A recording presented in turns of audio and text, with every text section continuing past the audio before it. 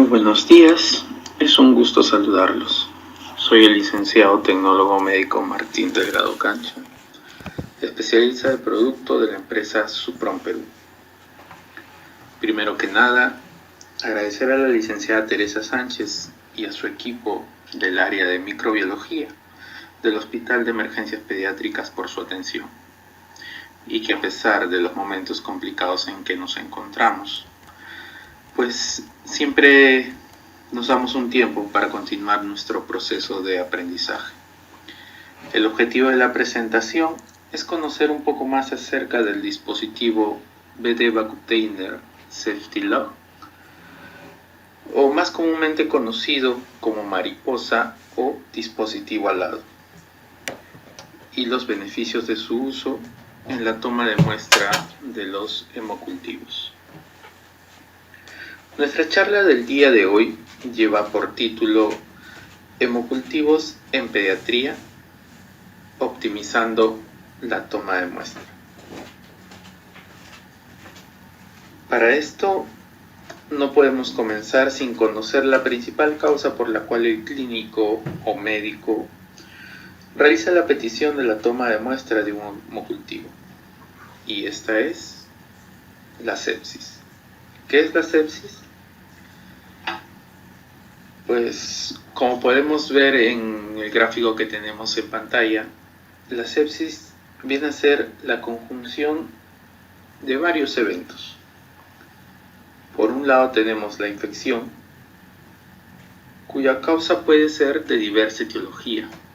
Puede ser de origen viral, parasitario, fúngico y en mayor grado originado por una bacteria.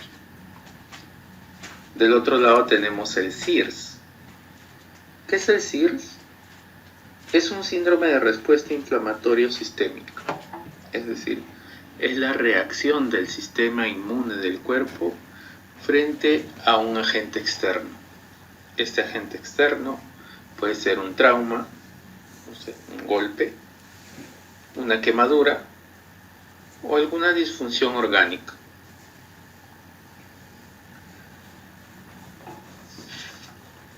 Entonces, tenemos que la sepsis se puede definir de la siguiente manera, que es la disfunción orgánica que amenaza la vida debido a una respuesta desregulada del hospedero a una infección.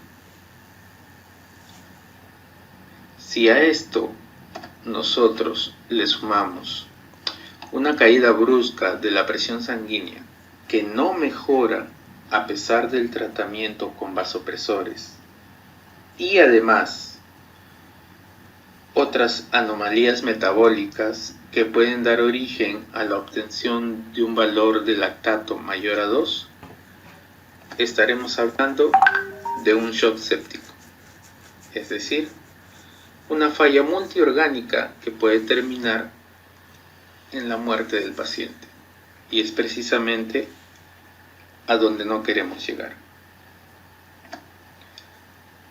Estos eventos nos llevan a obtener unos datos estadísticos bastante preocupantes.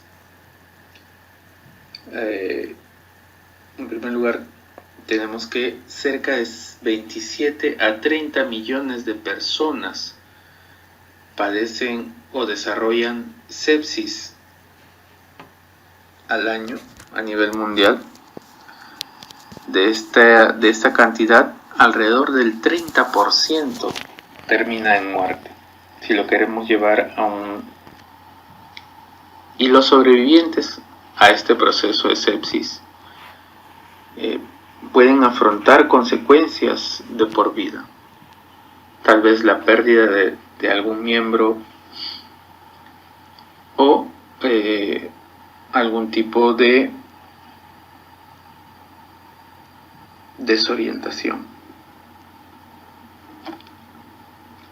Un dato que preocupa de sobremanera es el obtenido por la Sociedad de Pediatría de Cuidados Críticos, que nos dice que alrededor de 6 millones de neonatos y niños menores de 5 años mueren cada año.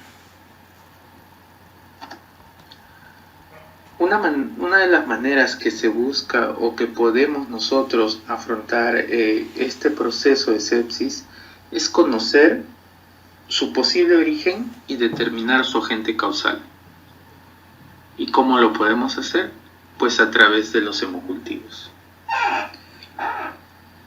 Si bien es cierto, en los últimos tiempos se han venido desarrollando una serie de técnicas moleculares para la detección de bacterias o virus en sangre, siguen siendo los hemocultivos la base del diagnóstico de laboratorio para este tipo de infección.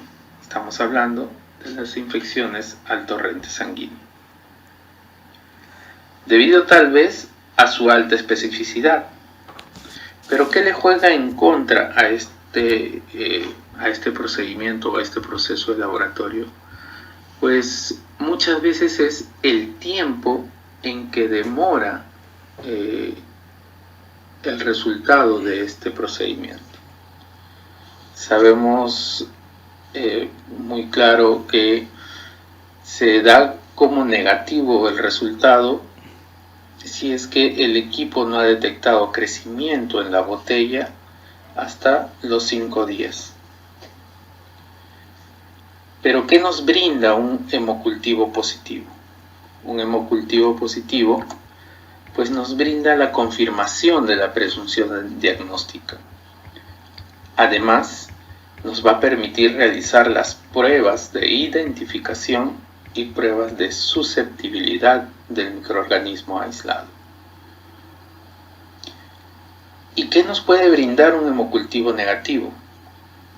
El hemocultivo negativo pues nos va a descartar casos de bacteremia y nos permitirán continuar con la investigación de alguna otra etiología infecciosa o tal vez no infecciosa. Y también el cese de la terapia antimicrobiana empírica innecesaria. El espectro de los patógenos causantes de infección al torrente sanguíneo varía ampliamente y tenemos varias características de por qué en este tipo de pacientes. Primero que nada, la edad. ¿Qué nos dice? Que la tasa de infección al torrente sanguíneo en niños pues disminuye después de los primeros meses de vida. Es decir, el paciente al nacimiento es muy propenso o muy probable que pueda, si está expuesto a un proceso infeccioso, que pueda desarrollar sepsis. En cuanto a los síntomas que estos puedan presentar, pues este tipo de pacientes presentan una sintomatología bastante inespecífica. Y en cuanto al estado inmunitario, pues tenemos dos variables, ¿no?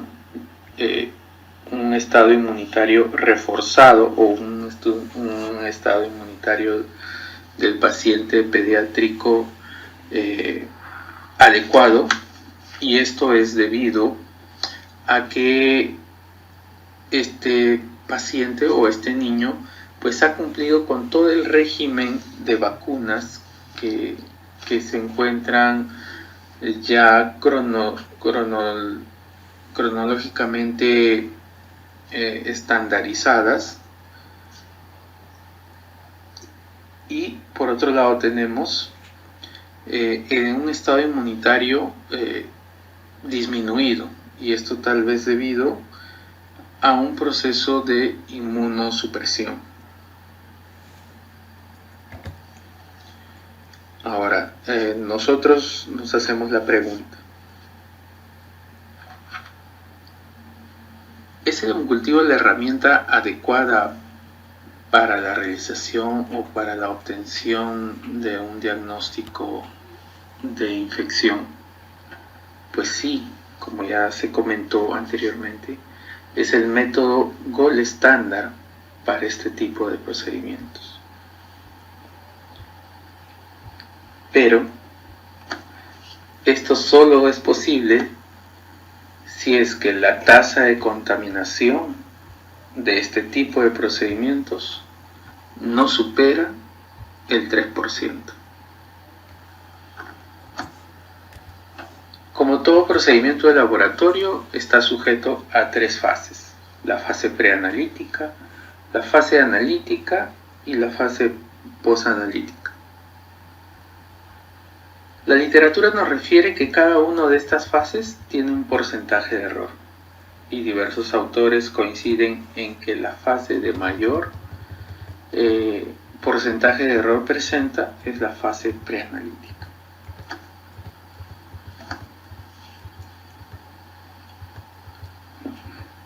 Este porcentaje pues es bastante superior a las otras fases. El que menos error presenta es la fase analítica. Esto es debido tal vez al desarrollo de las tecnologías, de las nuevas tecnologías que se vienen presentando para esta fase. Pero ¿cómo podemos llevar nosotros o ayudar en la disminución de este porcentaje de error en cuanto al procedimiento de un hemocultivo? Pues precisamente optimizando la toma de muestra. La optimización de un proceso se trata de establecer mejoras en las acciones de cada una de las tareas o eventos que afectan a este proceso. Para la toma de muestra en hemocultivos, pues tenemos 5 eventos o tareas que van a afectar su desarrollo. Tenemos la toma de muestra, y en esta nos vamos a plantear la pregunta: ¿cuál sería la técnica correcta y cuál sería el material idóneo a utilizar en esto? El momento de la toma de muestra. ¿Cuándo tomar la muestra? Se decía o se tiene acostumbrado decir que el momento correcto de la toma de muestra de un hemocultivo podría ser en los picos de fiebre, pero como ya lo comenté anteriormente, en pacientes pediátricos hay mucha inespecificidad de esta sintomatología. En cuanto al tipo de botella, podemos preguntarnos cuál es el tipo de botella adecuado, porque se han desarrollado diversos tipos de botella para la toma de muestra. Ya lo iremos mencionando más adelante. El número de botellas, cuántos sets y qué protocolo seguir según la condición del paciente. Y por último y no menos importante, el volumen de muestra. ¿Qué variables debo considerar para obtener un volumen adecuado de muestra? El momento de la toma de muestra. Se ha definido que el momento adecuado de la toma de muestra de un hemocultivo es antes de iniciar la terapia antimicrobiana, pues esta se asocia con mejores resultados y supervivencia del paciente. Pero ¿qué originaría que un clínico espere al personal del laboratorio para la toma de muestra? Pues un retraso en el inicio del tratamiento. Entonces se debe sopesar estos dos eventos. O le doy prioridad a la obtención de la toma de muestra, o le doy prioridad al inicio del tratamiento antimicrobiano. La relación riesgo-beneficio pues se inclina hacia la administración rápida de antimicrobianos. Entonces, se considera que un tiempo adecuado para iniciar el tratamiento es dentro de los 30 a 45 minutos en que el médico tenga la sospecha de que el paciente está realizando un proceso de sepsis. Como lo comenté anteriormente, no se ha demostrado que el rendimiento de los cultivos mejore si se toma durante los picos de fiebre. El tipo de botella. Actualmente Becton Dickinson ha desarrollado una amplia variedad de tipos de frascos de hemocultivos. Entre los más conocidos y los de mayor uso, pues tenemos los aerobios y los frascos anaerobios.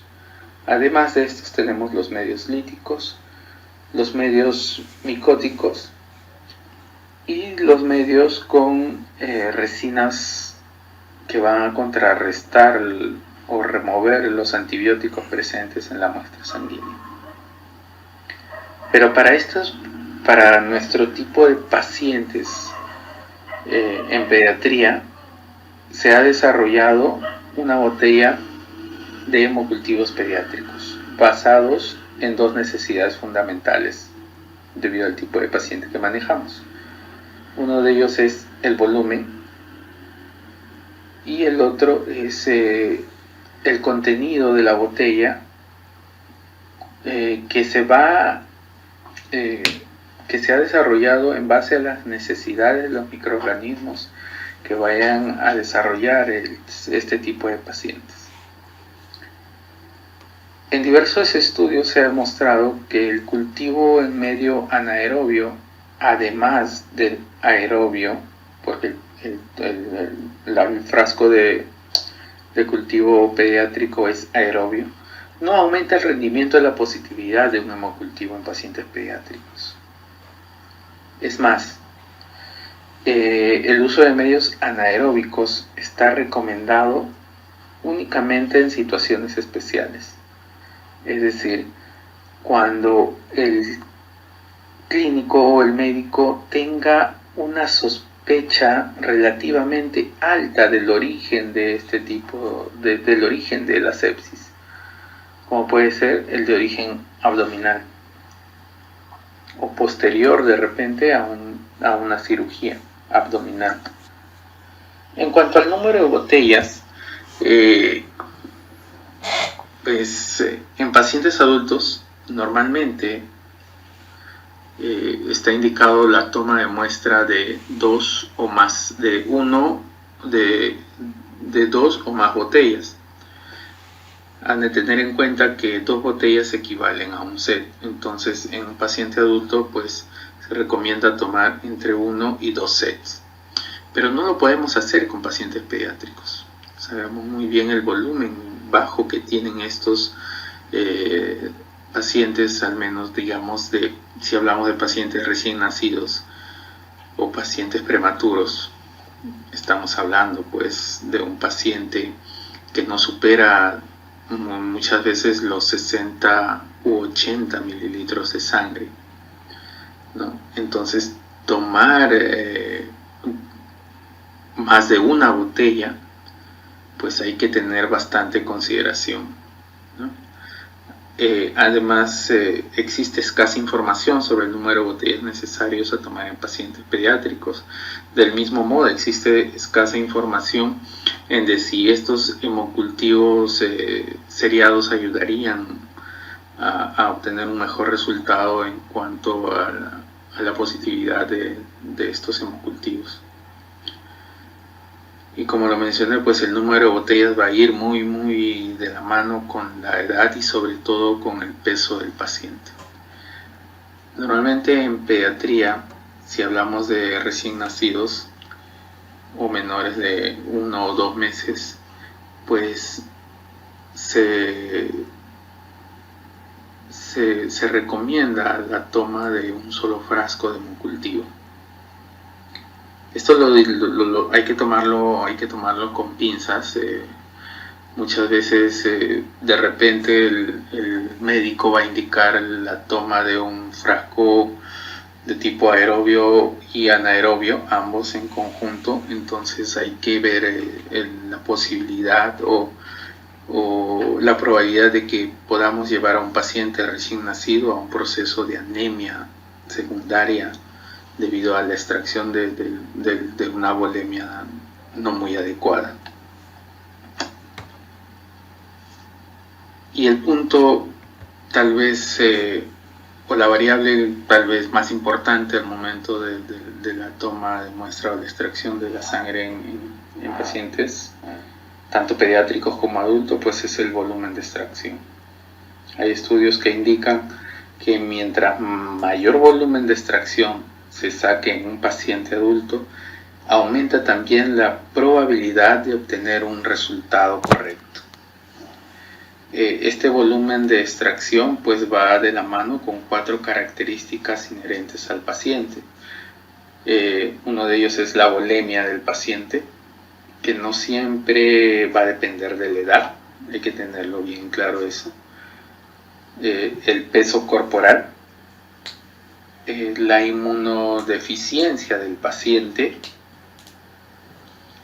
¿sí? Y la relación del volumen de muestra con el volumen del medio.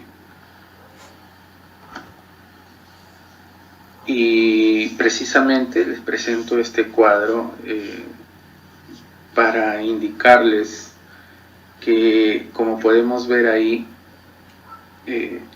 tenemos 4 sociedades internacionales u organismos internacionales que no se ponen de acuerdo cuál sería el volumen adecuado a tomar en pacientes pediátricos, llamémosle, de recién nacidos hasta los 2 o 3 meses, ¿no?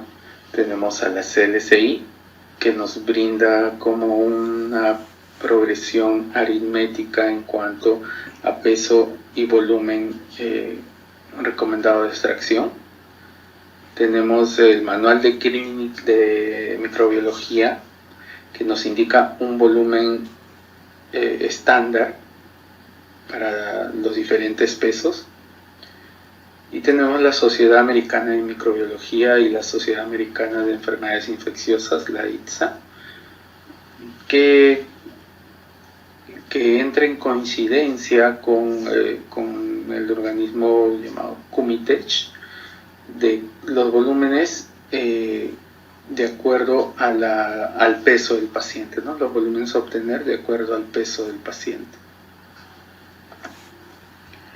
En las directrices más recientes de la Sociedad Americana de Microbiología recomiendan la recolección de entre 3 y 4% del volumen total de la volemia del paciente en aquellos que pesan menos de 12.7 y entre un 1.8 y 2.7 en pacientes con un peso mayor a los 12.8 kilogramos.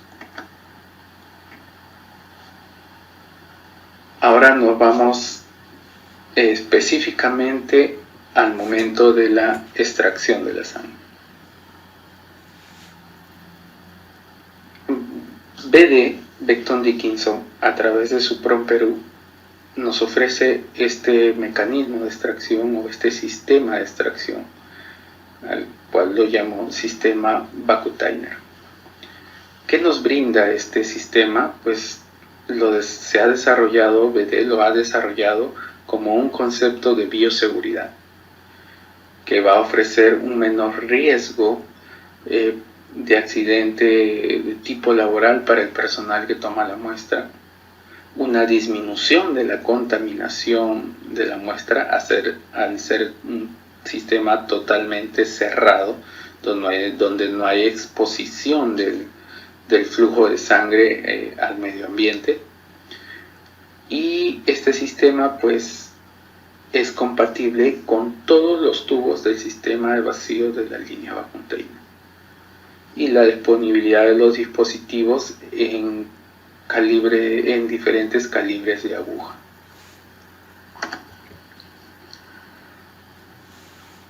Tenemos acá el dispositivo que nos trae en esta oportunidad a realizar esta charla, ¿no? El BD Safety Lock, o dispositivo de seguridad para extracción múltiple y hemocultivos. ¿Cuáles son las características de este dispositivo? Como podemos ver, cuenta con un adaptador Lauer, es decir, en el extremo distal se puede acoplar fácilmente a lo que nosotros le llamamos capuchón, que su nombre comercial pues es el holder o pronto holder si contamos con uno de expulsión automática.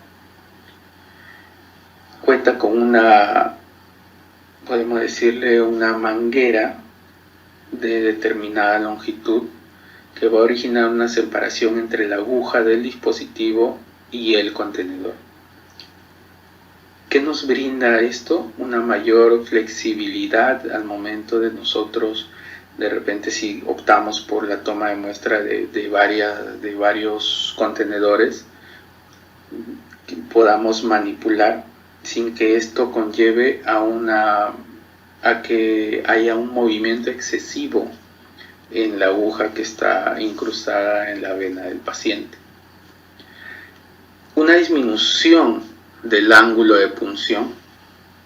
Con esto obtenemos una mejor disposición del paciente, es decir, le vamos a causar menos dolor al paciente, además de evitar posibles hematomas.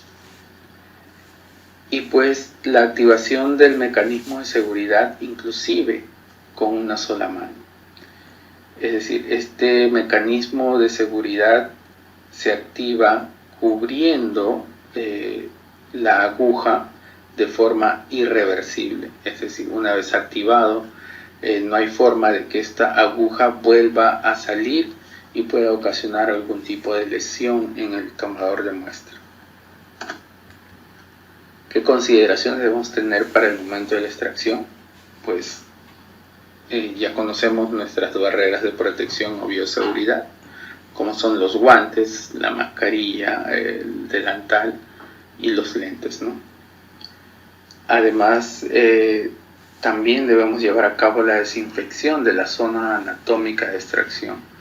Y son dos compuestos que normalmente se utilizan en el área médica, como son el alcohol isopropílico y la clorhexidina al 2%. ¿Ya? Cada uno de ellos ha demostrado su eficacia, entonces son indistintas la utilización. Posterior a la desinfección, pues se tiene que esperar aproximadamente unos 30 segundos a que este se evapore y poder realizar la punción correspondiente, ¿no? Además de la desinfección de la zona anatómica de extracción, también se ha recomendado la desinfección de la botella del hemocultivo. Es decir, cuando nosotros tenemos la botella y le quitamos la parte metálica para poner al descubierto la parte o el tapón de goma que tiene para realizar la punción de la aguja dentro del dispositivo dentro de la botella, pues se recomienda también realizar la desinfección de ese tapón de aguja. En pacientes menores de 2 meses no se recomienda el uso de soluciones con base alcohólica, debido a que la piel de estos pacientes todavía no ha queratinizado, ¿no? Entonces se recomienda el uso de clorhexidina con base acuosa. ¿Cuál es la desventaja? Bueno, no, de repente sí se podría llamar desventaja, simplemente es un mayor tiempo que toma la evaporación al aplicar este tipo de antiséptico. El uso del sistema Safety Lock, como ya lo detallamos, las características de esto y la forma en que normalmente lo debemos usar. Primero es unir el extremo distal del dispositivo al capuchón o holder. Este cuenta con una rosca fácil y totalmente adaptable a este holder. Luego pasamos a retirar la protección de la aguja de la mariposa y realizar la punción sujetando la mariposa de las alas.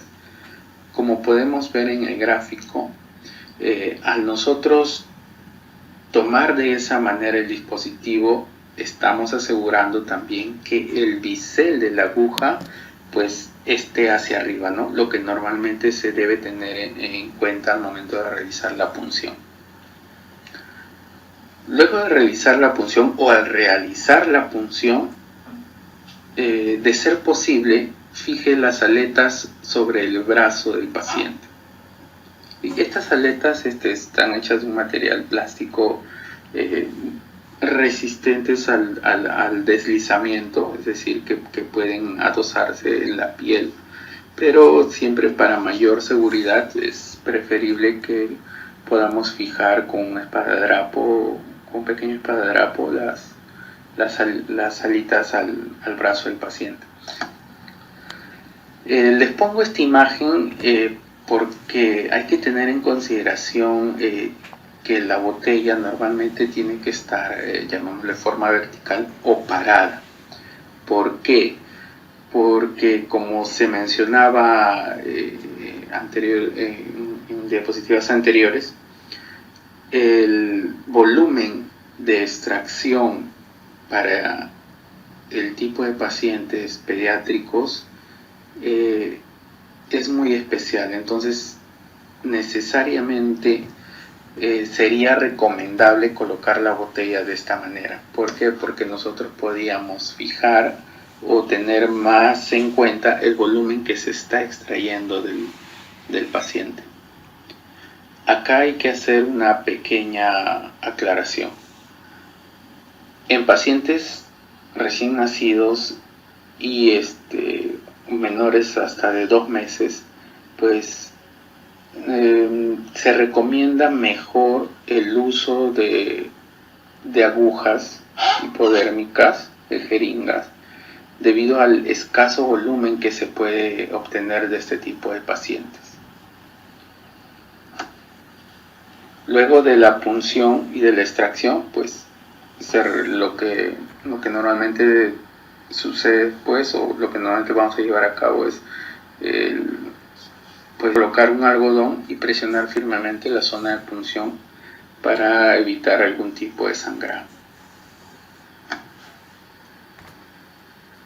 Luego de eso, como lo comenté, este dispositivo de seguridad pues es activado, puede ser activado con una sola mano, y como pueden ver en la imagen, tiene como una especie de camisón que va a recubrir toda la aguja.